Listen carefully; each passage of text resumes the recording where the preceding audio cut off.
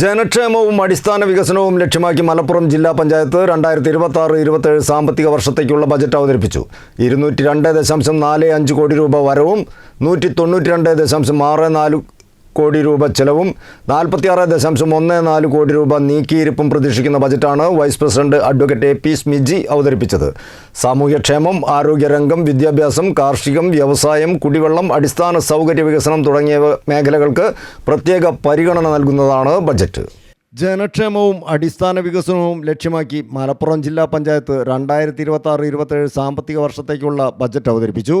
സാമൂഹ്യക്ഷേമം, ആരോഗ്യരംഗം, വിദ്യാഭ്യാസം, കാർഷികം, വ്യവസായം, കുടിവെള്ളം, അടിസ്ഥാന സൗകര്യ വികസനം തുടങ്ങിയ മേഖലകൾക്ക് പ്രത്യേക പരിഗണന നൽകുന്നതാണ് ബജറ്റ്. 202.45 കോടി രൂപ വരവും 192.64 കോടി രൂപ ചെലവും 46.14 കോടി രൂപ നീക്കിയിരിപ്പും പ്രതീക്ഷിക്കുന്ന ബഡ്ജറ്റാണ് vice president advocate A P Smiji അവതരിപ്പിച്ചത്.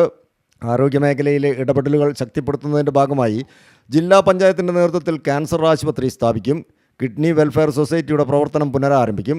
വനിതകൾക്ക് സൗജന്യ യാത്രയ്ക്ക് ഷീ ബസ്, അന്താരാഷ്ട്ര സ്പോർട്സ് സിറ്റി, മണ്ണ് ജലം പരിശോധനാ ലാബുകൾ, പട്ടികജാതി പട്ടികവർഗ വിഭാഗങ്ങൾക്ക് വീടും സ്ഥലവും, വിദ്യാർത്ഥികൾക്ക് സ്കോളർഷിപ്പുകൾ, ആശാവർക്കർമാർക്ക് അധിക വേതനം, സ്മാർട്ട് മലപ്പുറം പദ്ധതി, പൈതൃകശാല, VR ലാബുകൾ, മഹിളാ കേന്ദ്രങ്ങൾ, ഭിന്നശേഷിക്കാർക്ക് ആക്സസ് ഓൺ വീൽസ് പദ്ധതി, കാർബൺ ന്യൂട്രൽ പദ്ധതി, സമഗ്ര ടൂറിസം പദ്ധതി, വിദ്യാഭ്യാസ മേഖലയിൽ സർക്കാർ സ്കൂളുകളുടെ അടിസ്ഥാന സൗകര്യ വികസനം, ഹൈടെക് ലാബുകൾ, ലൈബ്രറി നവീകരണം എന്നിവയ്ക്കും പ്രത്യേകം പരിഗണന നൽകിയിട്ടുണ്ട്.